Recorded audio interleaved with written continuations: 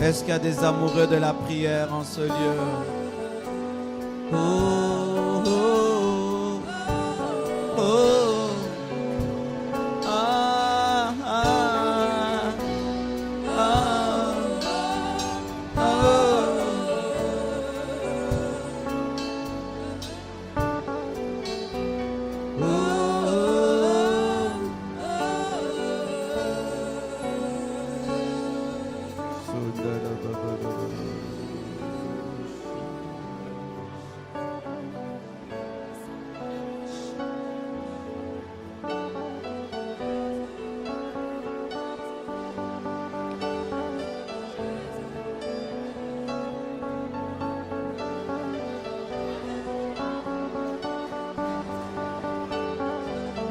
Le Saint-Esprit est ici.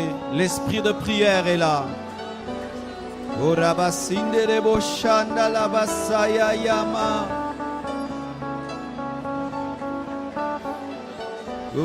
le voile a été déchiré. Le voile a été déchiré. Tu peux t'approcher librement. Le voile a été déchiré. Tu peux t'approcher librement. Le voile a été déchiré. Père, répands au milieu de nous ce soir un puissant esprit de prière. Père, répands au milieu de nous ce soir un puissant esprit de prière. Père, répands au milieu de nous ce soir un puissant esprit de prière. Qu'il tombe sur nous, l'esprit de prière. Zunderegezindoregozi. Zundarabazindorogozi. Zunderegezindoregozi. Zundorozo tororobozi. Zuntororobozindorobozi. Zukarabarabazuta. Zuntorozuntaruza turuzuta. Zuntorozundorogozuturubo. Rundurozindorobozunta. Yunderebozundarabarabababazu. Rudogondorobogozindidibizindidibisa. Rundorobozindidibisa.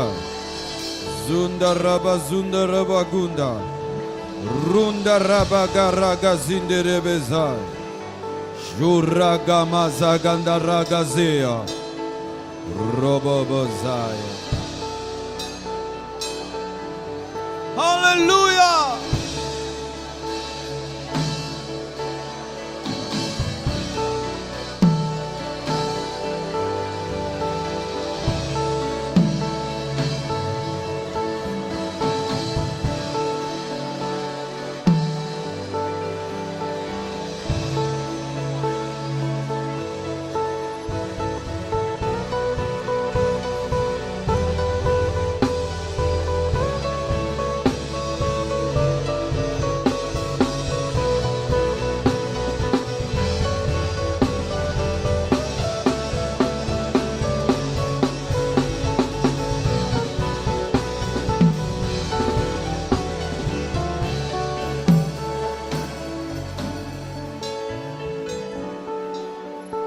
Romains 8, versets 26 à 27.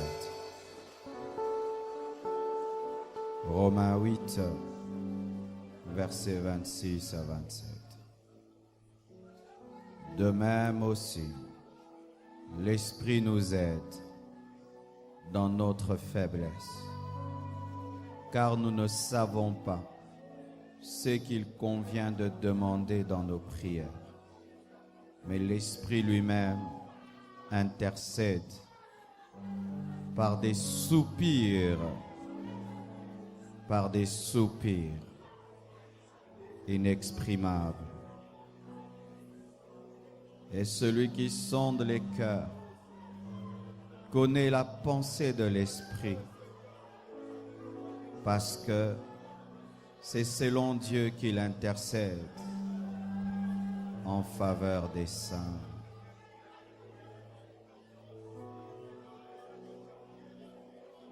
Sharazi Prabhaso Taramashanta. Shiramasuta. Shiramashanta. Luc 22, 44. Étant en agonie, il priait plus instamment, et sa sueur devint comme des grumeaux de sang qui tombaient à terre.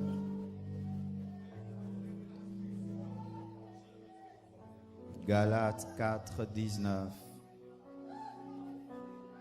Mes enfants, pour qui j'éprouve de nouveau les douleurs de l'enfantement, jusqu'à ce que Christ soit formé en vous. Asseyez-vous. Ce soir, l'Esprit de Dieu, l'Esprit de prière, va se saisir de beaucoup d'entre nous. Ce sera la particularité de la réunion de ce soir. L'Esprit Saint, l'Esprit de prière va se saisir de beaucoup de gens au milieu de nous ce soir.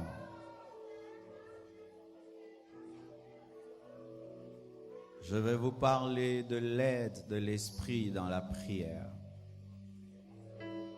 et de la prière d'agonie. La Bible nous dit, de même aussi, l'Esprit nous aide. Et c'est vrai, l'Esprit Saint nous aide. Parce qu'il est impossible à un homme de vivre avec Dieu. Ce n'est pas possible. À un homme de vivre avec Dieu.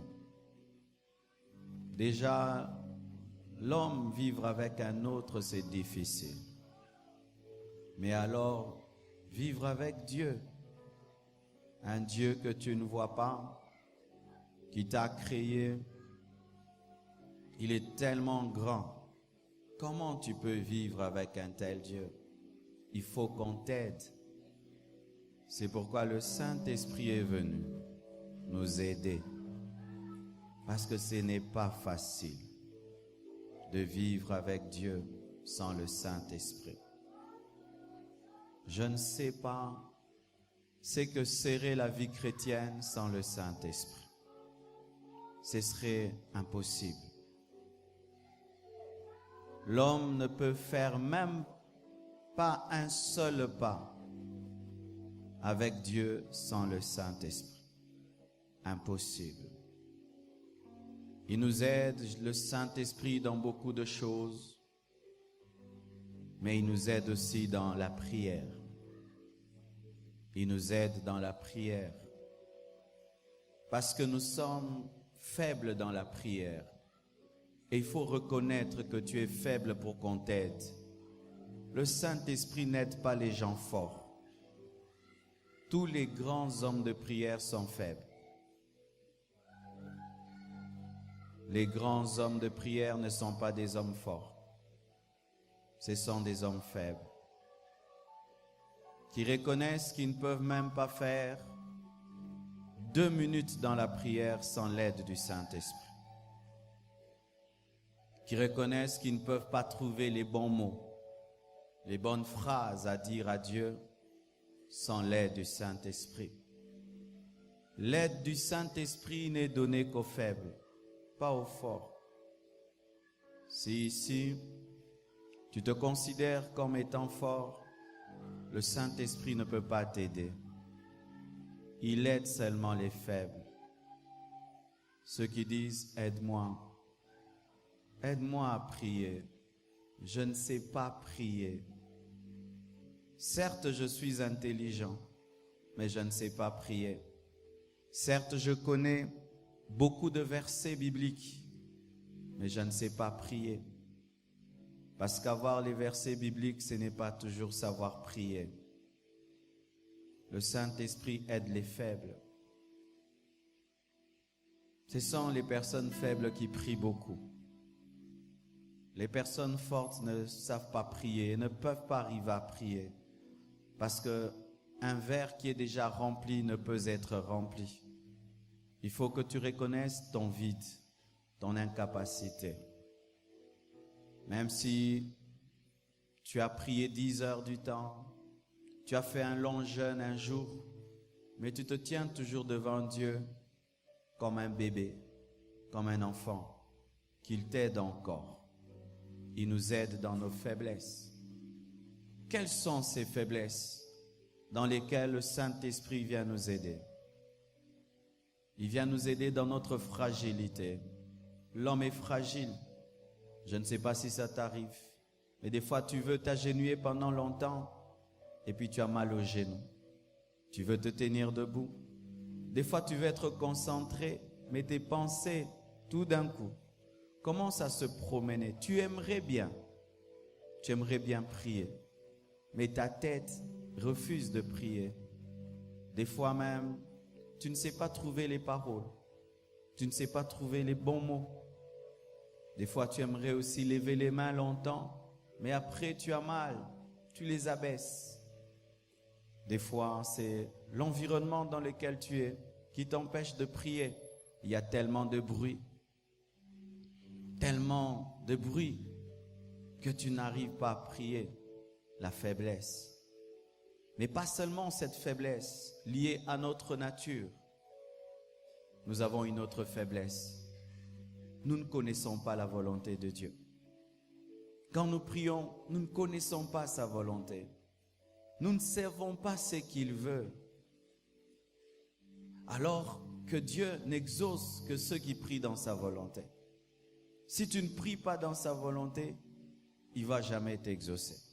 Mais maintenant, comment je peux connaître la volonté d'un Dieu que je n'ai jamais vu?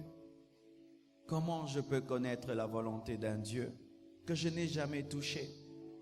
Comment je peux connaître la volonté d'un Dieu aussi compliqué? Nous avons ce problème. Notre problème, c'est l'ignorance. Notre problème, c'est l'incompréhension même des voies du Seigneur. Des fois, on ne comprend pas ce qu'il veut. Tu penses qu'il fait des choses pour ton malheur alors que c'est pour ton bien. Des fois, tu penses que telle chose est prioritaire alors que pour lui, ce n'est pas la priorité. L'incompréhension de sa volonté. C'est pourquoi le Saint-Esprit vient nous aider. Parce que l'homme a du mal à comprendre la volonté de Dieu. L'homme est très égoïste quand il prie. Ce qui fait que chaque fois que nous venons vers Dieu, notre tendance n'est pas à prier pour les autres, mais c'est prier pour nous. Une faiblesse encore que nous avons. Priez toujours pour nous. Priez toujours pour nous. C'est pourquoi le Saint-Esprit vient pour te détourner de toi-même afin que tu pries pour les autres. Il vient t'expliquer que ta pensée n'est pas la pensée de Dieu. Il vient te fortifier. Toi qui étais incapable de t'agenouiller 30 minutes, tu te retrouves, tu as fait 2 heures du temps. Toi qui étais incapable de rester dans un endroit, rien que 30 minutes, tu peux y faire 1 semaine. Le Saint-Esprit vient aider ta fragilité humaine. Il vient aussi aider ton ignorance afin de te révéler la volonté parfaite de Dieu. Car nous ne savons pas ce qu'il convient de demander. Des fois, tu te dis, est-ce que je dois chasser les démons? Est-ce que je dois remercier le Seigneur? Est-ce que je dois demander la plénitude du Saint-Esprit? Ou je dois présenter le sang? Est-ce que je dois revendiquer les promesses de Dieu? Ou je dois supplier? Est-ce qu'il faut que je m'oppose aux puissants des ténèbres? Peut-être ce n'est pas le diable, peut-être c'est Dieu. Nous sommes souvent dans tout cela. Tu ne sais pas ce qui convient de demander.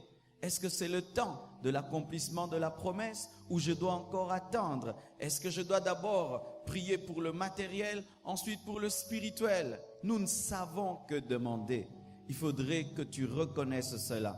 Je ne sais pas ce que je dois demander. Si tu ne reconnais pas, il ne t'aidera pas. Les professionnels dans la prière ne peuvent subsister devant Dieu. Ce sont seulement les amateurs qui ont besoin de lui, qui peuvent recevoir l'aide du Saint-Esprit. Et lorsque le Saint-Esprit vient, la Bible nous dit, mais l'Esprit lui-même, pas quelqu'un d'autre, intercède.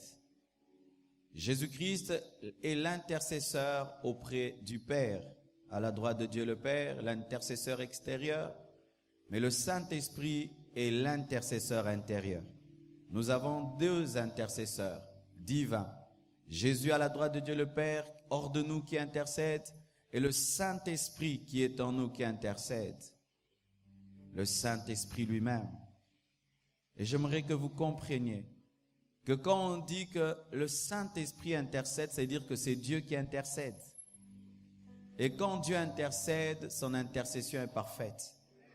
Et l'intercession du Saint-Esprit en toi est la preuve de ta rédemption. Car si l'Esprit de Dieu intercède en toi, donc tu es sauvé, car il ne peut intercéder en toi sans que tu sois sauvé. L'intercession du Saint-Esprit en toi est un gage de ta rédemption et la preuve que tu peux dire « Abba Père » par l'Esprit. Alléluia. En toi, pas hors de toi. Jésus, à la droite de Dieu le Père, prie et il intercède pour l'Église. Mais le Saint-Esprit en nous, lui-même, pas un ange, pas Michael, pas Gabriel, le Saint-Esprit lui-même en nous intercède. Et intercède veut dire se tenir entre Dieu et l'homme. Le Saint-Esprit se tient entre le Père et toi, mais en toi.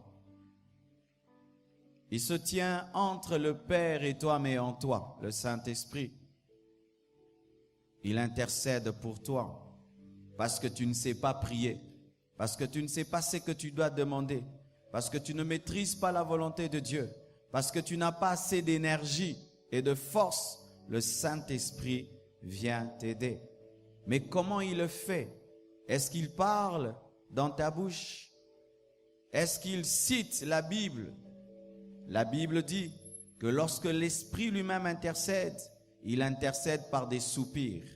Des soupirs. Le Saint-Esprit, quand il intercède en toi, il soupire. Le soupir est fait de respiration.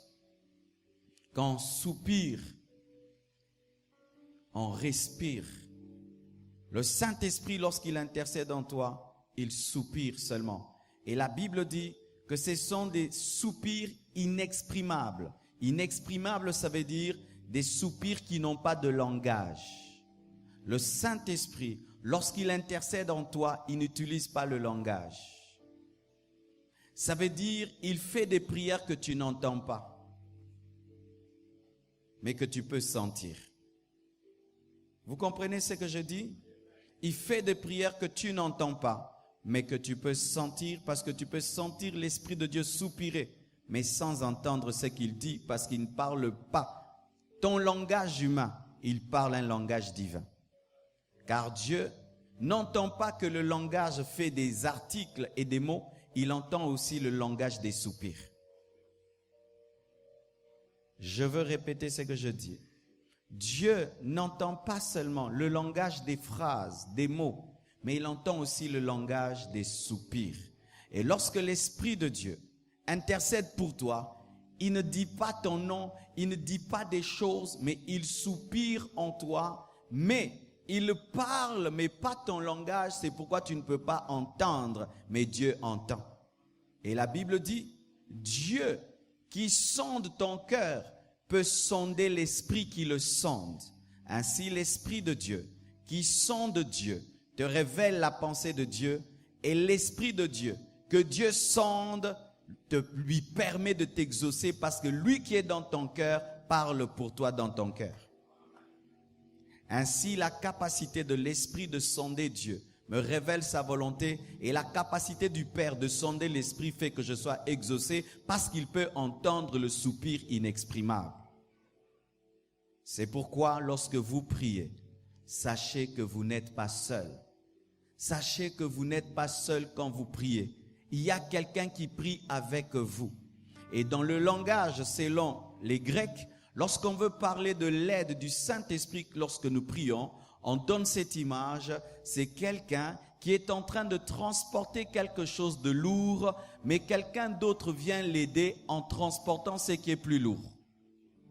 Je donne un exemple, je suis en train de transporter cette chair et je suis incapable de la transporter. Et puis je me dis, je veux seulement déplacer ce petit coin, mais quelqu'un d'autre vient, il tient le 3/4 du poids et moi je touche un tout petit peu. Ta part, c'est de croire en Jésus-Christ et de laisser l'Esprit opérer en toi. Il fait en toi ce qui est plus lourd. Et voici une image que tu peux avoir pour mieux comprendre cela. Des fois, quand je prie avec mes enfants, je leur dis, on va prier comme ceci. Et ils peuvent des fois prier, ils prient mal. Je leur dis, prie encore. Comme je connais Dieu, je leur révèle la volonté de Dieu et je les pousse à prier. Mais pendant qu'ils prient, je sais qu'ils ne maîtrisent pas trop Dieu. Pendant qu'ils prient, moi, dans mon cœur, je suis en train de parler en d'autres langues. C'est ce que l'Esprit de Dieu fait. Il te révèle la volonté de Dieu. Il te pousse à prier. Mais pendant que tu pries, comme il sait que tu es fragile et tu ne connais pas tout, lui maintenant, il ne parle pas en langue, mais il est en train de soupirer de manière divine, afin que Dieu t'exauce. Ainsi, si ta prière fragile rate, sa prière parfaite ne rate pas. Alléluia. Est-ce que vous comprenez ce que je dis? Je t'assure que si tu comprends ce que je dis, tu n'auras plus peur de prier. Parce que tu sais que tu ne pries pas seul. Tu pries avec Dieu, priant Dieu. Le Père est Dieu. Le Saint-Esprit n'est pas une puissance. Le Saint-Esprit est omniscient, omniprésent, omnipotent, donc il est Dieu. Lorsque je prie le Père, le Saint-Esprit aussi qui est Dieu, m'aide à prier le Père. Une telle prière ne peut pas rater parce que Dieu se connaît lui-même. Ainsi, le Saint-Esprit ne demande jamais une chose qui soit en contradiction avec le Père parce que lui et le Père, ils sont un. Alors, ce serait une folie d'aller auprès du Père, demander sans le Saint-Esprit qui connaît le Père.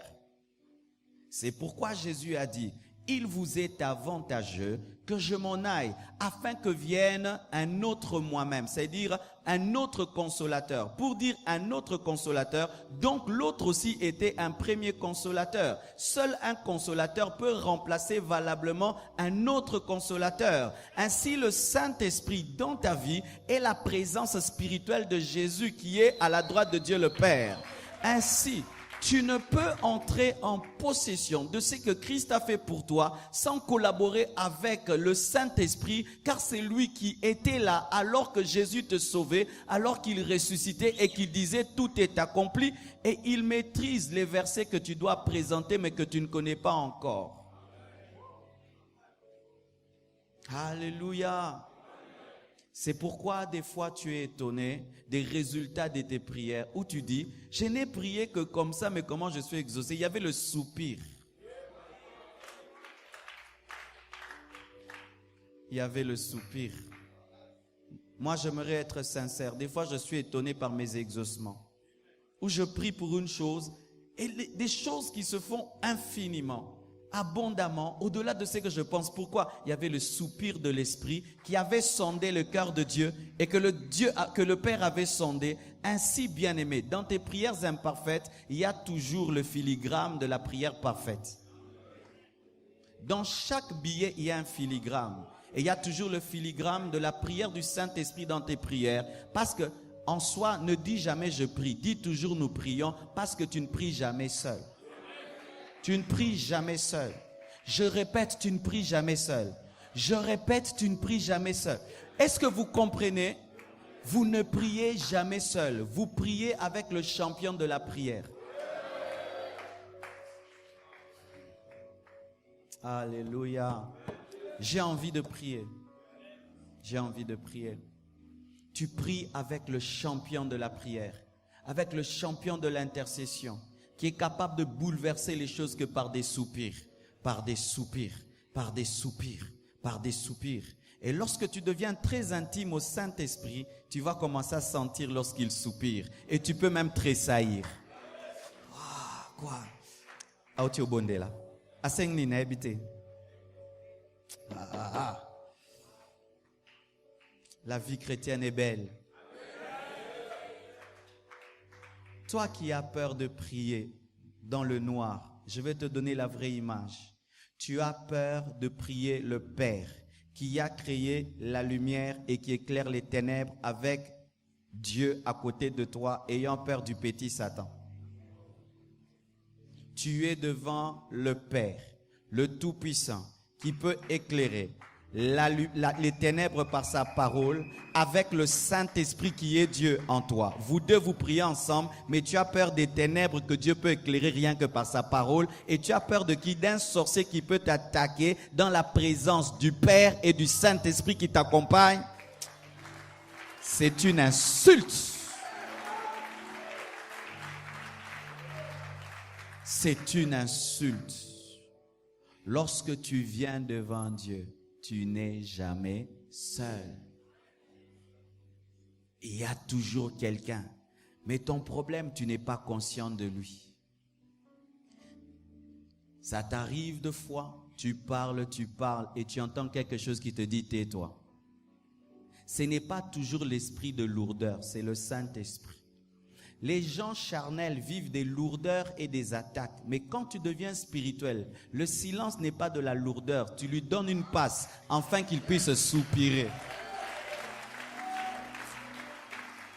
Ou tu pries. Et puis tu sens une paix. Et tu restes calme. Tu ne dis rien. Mais dans ton cœur, tu sens des choses. Tu n'as pas arrêté de prier parce que tu ne parles plus. Tu n'as pas arrêté de prier parce que tu ne parles plus. Il y a l'autre maintenant qui est en train de prier. C'est pourquoi, des fois, vous arrêtez trop vite de prier alors que c'est le tour de soupir. Comme je n'ai plus rien à dire, je m'arrête. Qui t'a dit que tu pries toi-même? Lorsque vous priez à deux, vous dites, toi tu pries et puis moi je prie. Est-ce que tu peux t'arrêter tant que l'autre n'a pas prié? Mais pourquoi tu t'arrêtes tant que l'autre n'a pas arrêté? Et quand tu deviens intime avec le Saint-Esprit, il va te dire, reste là, je suis toujours en train de soupirer en ta faveur. En ta faveur. C'est pourquoi des fois vous voyez dans le culte, un frère il s'étale ici, il ne dit rien. Vous dites le frère a la distraction. Non, lui il peut sentir les soupirs de l'esprit. Ce n'est pas parce que la chanson a pris fin que l'esprit a cessé de soupirer. Et ce n'est pas parce qu'on a dit Amen que l'Esprit a dit Amen. Et ce n'est pas parce qu'on a dit le culte a pris fin que l'Esprit a cessé. Car lorsque tu entres dans la vraie intimité avec l'Esprit, les soupirs de l'Esprit peuvent t'amener même à passer toute une nuit que tu n'avais pas prévue. Et quand tu deviens connecté à l'Esprit, tu ne sens plus le temps passer. Mais tu dis, mais je n'avais pas prié. Mais tu avais prié, tu avais laissé l'autre prier. Laisse l'autre qui est en toi soupirer. Je te donnais un grand secret, je t'assure. Hein? Je te dis un grand secret de la vie chrétienne, un grand secret. En soi, tu as Dieu en toi qui t'aide à le prier lui-même. Est-ce que tu peux rater? C'est comme si tu es le fils du professeur. Et pendant qu'on est en train de faire les examens, tu es avec papa en train de rédiger cet examen, voyant les réponses et les questions. Est-ce que tu vas échouer? Pendant que tu te tiens devant le Père pour le prier, lui-même t'aide à bien le prier pour que ça ne rate pas. Oh, gloire à Dieu. Qui va prier ce soir? Ainsi tu comprends ceci. Que chaque fois que tu ne pries pas, tu es en train de rater un grand privilège. Chaque fois que tu ne pries pas, tu rates un grand privilège. Et la Bible dit, et celui qui sonde les cœurs connaît la pensée de l'Esprit, parce que c'est selon Dieu qu'il intercède en faveur des saints. Bien-aimés, tous les mots dans la Bible sont importants. Je n'aimerais pas faire ici du show, amen, hein, où on fait le show. La Bible dit que l'Esprit intercède en faveur des saints. Et là, le saint, ça veut dire des mises à part. C'est-à-dire que l'intercession de l'esprit ne réussit que dans la vie des consacrés. Des consacrés. Église du Congo, on t'a beaucoup enseigné la prière, mais on ne t'enseigne pas beaucoup la sainteté dans la prière. C'est pourquoi vous voulez vivre des choses, mais vous ne pouvez pas les vivre parce que vous voulez le soupir de quelqu'un qui ne vit que dans les saints et qui n'agit que pour les saints. Ôtez le péché de vos vies, vous qui voulez prier. Ôtez le péché de vos vies, vous qui voulez vivre Dieu. Parce que Dieu exauce la prière de l'Esprit qui habite les sanctifiés. Les sanctifiés. Frères et sœurs, l'Esprit qui est en toi n'est pas seulement l'Esprit de prière, c'est l'Esprit de sainteté. C'est l'Esprit de sainteté. Je répète, c'est l'Esprit de sainteté. C'est l'esprit de sainteté. C'est pourquoi tu remarques ceci. Lorsque tu vis dans la sainteté, et même si tu ne pries pas beaucoup, tu as beaucoup de résultats parce que l'esprit soupire en toi. Et si tu pries beaucoup et tu vis dans le péché, tu as peu de résultats. Bien-aimé, la force dans la prière, ce n'est pas beaucoup parler d'abord. C'est être en communion avec Dieu. C'est être mis à part, sorti du monde, sorti du péché, sorti de la mondanité, sorti du paganisme. Lorsque tu te mets à part, l'Esprit de Dieu, qui est l'Esprit élevé, priera pour toi. Priera pour toi. Mettez-vous à part pour Dieu. Il n'y a pas de vie de prière sans sanctification. Il n'y a pas d'exaucement sans sanctification. Je peux enlever cette partie-là pour que ça fasse bien, que vous puissiez vous sentir bien dans votre peau. Mais bien aimé, la Bible le dit clairement. Il intercède en faveur des saints. Il intercède en faveur des saints. Il intercède en faveur des saints. Je répète, il intercède en faveur des saints. Tu vas me poser la question. Est-il possible d'être saint pendant qu'on est vivant? Car souvent nous a enseigné qu'on devient saint après la mort, après qu'un certain homme puisse nous canoniser. Ce n'est pas biblique. Dans la Bible, les saints sont des hommes vivants qui sont saints pendant la vie et qui continuent à être saints dans la mort. On ne devient pas saint en mourant, on est saint en croyant.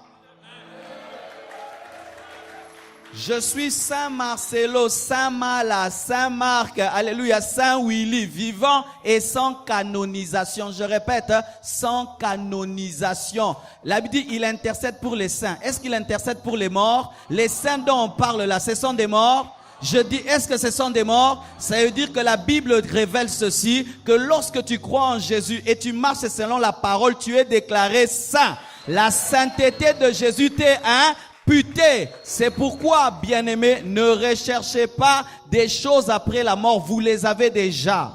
Je suis un saint qui démontre qu'il est saint pour prouver au monde que je suis saint. Je ne parle pas lingala pour devenir congolais. Je parle lingala parce que je suis congolais.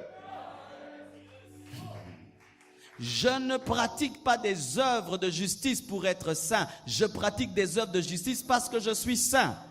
Pratiquer les œuvres de justice confirme ce que je suis déjà en Jésus, car il y a deux sortes de sainteté, la sainteté de position et la sainteté pratique. La sainteté de position, c'est celle que tu as quand tu crois en Jésus. Et la sainteté pratique, c'est lorsque tu démontres dans tes paroles, dans tes œuvres, tes actions que tu es saint. Les saints, alléluia. Les saints, alléluia. Maintenant, la Bible dit que le Saint-Esprit intercède en faveur de toi. Dis-moi. Moi. Est-ce que tu le crois?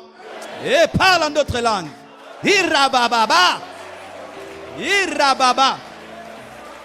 C'est ce qu'on dit. Vous connaîtrez la parole. Vous connaîtrez la vérité. Et la vérité vous affranchira de l'ignorance. Lorsque tu te tiens devant Dieu, tu es un saint qui a le Saint-Esprit.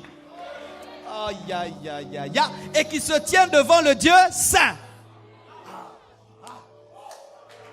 Je suis saint. Le Saint-Esprit est en moi et je parle au Dieu saint. Maintenant, est-ce qu'une telle prière peut échouer? Est-ce qu'une telle prière peut échouer? Est-ce qu'une telle prière peut échouer? C'est pourquoi Satan a peur de la vie de prière des saints. Lorsque tu pêches, il va te pousser à prier. Il sait que tu n'es pas dangereux. Mais quand tu es juste, ça veut dire que la prière fervente du a une grande efficacité. Lorsque tu commences à vivre dans la sainteté, le diable a peur que tu fléchisses les genoux. Il a peur que tu fléchisses. Il a peur. Pourquoi? Il sait. Il connaît bien, mes frères et sœurs. C'est pourquoi ajouter à la sanctification la vie de prière. Ajouter à la sanctification la vie de jeûne. Ajouter à la sanctification une vie où vous cherchez Dieu et vous vivrez des résultats. Oh, gloire à Dieu. La Bible dit, l'Esprit lui-même intercède par des soupirs. Là, c'est lui qui le fait. Ce n'est pas toi qui soupires. Mais lorsque nous allons lire au sujet de Jésus, lorsqu'il était à Gethsémane, là, ce n'était pas l'Esprit qui soupirait, c'était lui-même. L'Esprit Saint est un entraîneur qui t'apprend des choses et puis te dit, toi aussi fais. Dans la prière, il y a un niveau où l'Esprit soupire, mais un autre niveau, tu soupires. Et quand j'en parle, j'ai mal dans mon cœur parce que c'est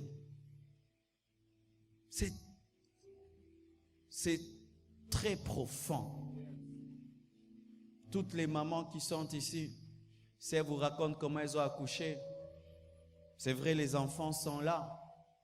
Mais si elle veut entrer dans les détails de comment elles ont accouché, tu peux même dire plus jamais. Plus jamais ma femme peut accoucher. La plupart des femmes ne disent même pas à leur mari les souffrances qu'elles ont connues sur le lit de l'accouchement. Et quiconque est passé par cette deuxième prière dont je vais parler, par l'aide de l'Esprit, qui est la prière d'agonie. Dis agonie. Dis-le agonie.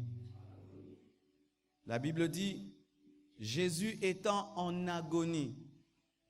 L'agonie, c'est seulement pour les hommes. Dieu n'est jamais en agonie.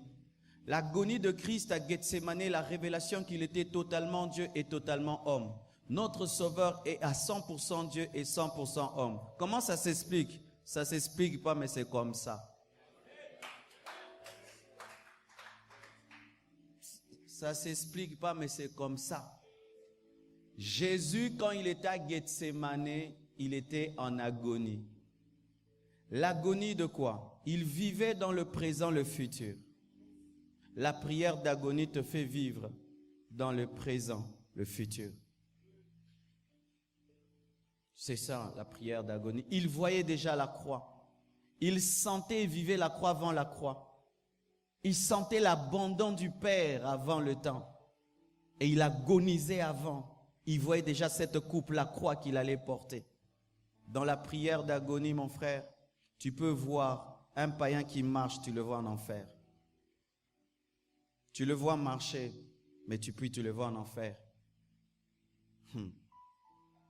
Si ça t'arrive, mon frère, tu n'auras même pas besoin d'un modérateur pour te dire de prier. Tu vois ton père que tu négliges de prier. Un jour, tu le vois en enfer. Tu prieras toute la nuit. Et je te dis là, tu ne parleras même pas français ni lingala. Une femme, quand elle va coucher, même si elle est professeure d'université, parle plus français. Vous savez, nos prières que nous faisons, nous parlons bien, calmement. Il est écrit. C'est un niveau. C'est un niveau. Mais je suis venu te parler d'un autre niveau. Le niveau de l'agonie. Où tu vois un païen, mais tu le vois comme Dieu le voit. Alors que les disciples pensaient qu'ils étaient dans un jardin, Jésus était sur une montagne, la montagne de Golgotha. C'est ça, la prière d'agonie. Tu es dans le confort, mais tu peux sentir la douleur du cœur de Dieu. Tu es dans un jardin, mais tu peux voir une montagne, montagne du crâne. Tout va bien pour toi, mais tu peux sentir sur toi la douleur. Tous ces gens qui meurent, ils vont où? Et je t'assure, les quelques fois que j'ai eu des prières d'agonie, ça a été horrible. Horrible. Horrible. C'est-à-dire, tu sens ton cœur être triste, proche de la mort. Une tristesse qui est proche de la mort. Où tes phrases ne suffisent pas. Tes paroles, les chansons, rien ne va. Il n'y a que des cris. Rien que des cris comme la femme qui va enfanter. Il n'y a que des pleurs, des sanglots. Un déchirement du cœur. Où tu te mets à la place des païens. Où tu te mets à la place des autres. Où tu vois même la croissance de l'œuvre avant même que ça grandisse. Où tu vois des vies être transformées. Mais ils sont encore des païens. Mais toi tu vois ça. Et tu sens dans ton cœur, comme une femme qui doit accoucher. Car la prière d'agonie conduit toujours à l'enfantement. C'est pourquoi Paul dit que je vais ressentir encore pour vous les douleurs de l'enfantement. Il les avait enfantés par des prières d'agonie. Mais pour qu'ils mûrissent, il devait encore les enfanter pour la maturité. Mes frères et sœurs, prier ce n'est pas une blague. Au Congo, prier est devenu une blague. Prier n'est pas une blague, mes frères. Prier, c'est pas blaguer. Prier, c'est accoucher. Prier, c'est accoucher. Prier, c'est accoucher. Vous voyez comme vous êtes là. On vous a accouché dans la prière. Hein? C'est pourquoi je vous aime beaucoup. Ouais. Pour rien au monde, je ne détruirai cette église. Hein? Vous savez ça? Est-ce qu'une femme qui a vraiment souffert pour son enfant peut le tuer encore? Nous avons pleuré devant Dieu pour voir vos visages un jour. Nous n'avions que 20 ans. Nous étions dans le soleil, sur des montagnes, pleurant pour vous. Dans des veillées de prière, jusqu'à avoir 45 kilos, rejetés par nos familles, pleurant pour vous. Sans vous voir, mais un jour j'ai entendu vos voix. J'ai entendu vos voix quand j'avais 21 ans. J'étais un étudiant. Je ne voulais pas servir Dieu. J'ai entendu des millions de personnes qui criaient dans mes oreilles, « Marcelo, viens nous prêcher l'évangile. » Une agonie est tombée sur moi, mes frères. Je suis tombé par terre. J'ai commencé à crier. Les membres de ma famille ont crié que j'ai attrapé la folie. Ils sont allés prévenir mes parents. Comment tu peux expliquer les choses que tu vis? Aujourd'hui, quand j'entends que dans le monde entier, les prédications que nous donnons sont arrivées dans les coins du monde entier. On m'a dit à Dakar, les gens écoutent la parole au point où il y a des embouteillages au Sénégal. Frères et sœurs, lorsque vous parlez du réveil, est-ce que vous jouez? Est-ce que vraiment vous jouez?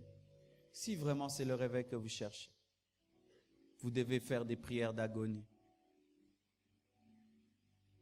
Voici comment la prière d'agonie commence. Une tristesse qui est proche de la mort. Elle tombe sur toi. C'est pas que tu as des problèmes, mais la tristesse de Dieu tombe sur toi. Jésus devait engendrer la Pentecôte. Sachez que le jour que Pierre a prêché, ce n'était pas Pierre qui prêchait, c'est Jésus qui prêchait en Pierre. Il devait engendrer 3000 personnes dans une prédication. Il devait engendrer l'église. C'est-à-dire, tu peux commencer à prier normalement, mais tu arrives au milieu, tu sens une tristesse. Mais nous savons souvent, quand cette tristesse vient sur nous, nous la chassons. Nous la chassons. Alors que c'est cette tristesse qui va engendrer un réveil. J'ai remarqué une femme, quand elle veut accoucher, elle demande même les douleurs de l'enfantement. J'ai prié pour des femmes parce qu'elles disaient, pasteur, ça fait le 9e mois, mais les douleurs ne viennent pas, pasteur, prie que j'ai les contractions. Elle demande les douleurs. Je veux les contractions. Comment, maman, tu veux souffrir? Elle dit, si je ne souffre pas, l'enfant ne sortira pas. L'enfant sort par ma souffrance. Plus je souffre, plus il sort. Plus je souffre, plus il sort. Pasteur, prie, je veux souffrir. Je veux souffrir, pasteur. Maman, je veux souffrir pour que mon enfant sorte. Et quand Dieu va engendrer un réveil et que les âmes doivent être sauvées, il te donne les douleurs de l'enfantement, des prières d'agonie. Tu peux même sentir comme si tu es une femme enceinte, mais spirituellement, je t'assure. Ça peut faire seulement 3 heures, mais il y a des gens, ça fait même une semaine, d'autres 1 mois, je vous assure. Vous voyez, nous sommes là, nous parlons du réveil, la puissance de Dieu. Mes frères, il y a des gens qui ont prié pour nous. Il y a des gens qui ont prié. Il y a un homme qui s'appelait Id le prière. Il est mort en priant. Mort dans la prière. Son cœur a quitté sa cage et sorti et il est mort. Tellement qu'il était en agonie. Un homme engendré un réveil puissant aux États-Unis. Il priait Dieu, tu me tues ou tu me donnes la Nouvelle-Angleterre. Entre les deux. Et ce n'était pas des phrases. Il le voulait vraiment. Soit je meurs, soit tu les sauves. Mes frères, Jésus revient bientôt. Ne pensez pas que les âmes vont être converties seulement parce que nous le souhaitons. Nous devons payer le prix dans la prière. Nous devons les engendrer dans la prière. Nous devons les aimer. La femme, elle aime son enfant, même si elle ne connaît pas son visage. Et je n'ai pas besoin de voir leur visage pour les aimer. Je sais que ce sont des créatures de Dieu. Au dernier jour, les hommes ne diront pas seulement merci aux prédicateurs, ils diront aussi merci aux intercesseurs. Au ciel, quelqu'un te dira merci. Quoi? C'est par ta prière que je me suis converti. Merci d'avoir prié pour moi jusqu'au bout. De ne t'être pas fatigué. Moi, je me suis converti par les prières. On m'a prêché, je ne me suis jamais converti. Moi, Jésus m'est apparu dans la salle de bain. Vous savez pourquoi? Les gens priaient trop dans cette maison. Alors Jésus a vu que je ne pouvais pas croire. Leur prière a fait qu'ils puissent m'apparaître. Vous savez pourquoi Paul s'est converti? Parce que l'église primitive priait pour lui et Jésus est allé l'évangéliser. Ce sont les prières de Pierre, les prières de Jean qui ont sauvé Paul. Nous voulons que des gens se convertissent. Comment nous prions, mes frères? Comment nous prions? Des fois, je me tiens là au coin et je vois les gens comment ils préparent le culte. Certains, ils prient seulement parce qu'ils doivent prier, soit intercesseurs. Non, mes frères. Priez. Ne priez pas pour être vus. Une femme, quand elle va accoucher, est-ce qu'elle cherche à être vue? Elle le fait dans le secret. Elle cherche WhatsApp, Facebook. Non. Là, c'est le sang. Ce n'est pas propre. Quand on prie, ce n'est pas propre. Quand quelqu'un prie, quand il prie vraiment avec son cœur, il n'y a rien de beau à voir. Il n'y a rien de beau. Jésus, la Bible dit, quand il priait avec agonie, qu'est-ce qui s'est passé? Les veines ont commencé à se déchirer. Et scientifiquement, ça a été prouvé que lorsque l'agonie d'un homme atteint un haut niveau, il est possible que les veines éclatent. Et lui maintenant, les veines ont éclaté et au lieu qu'il transpire, il a commencé à transpirer le sang. Lui qui est fils de Dieu, lui qui est fils de Dieu, qui est parfait, prier avec des cris, avec des larmes, mais les fils de Dieu. Mais nous qui sommes des enfants adoptifs, nous qui sommes des enfants adoptifs,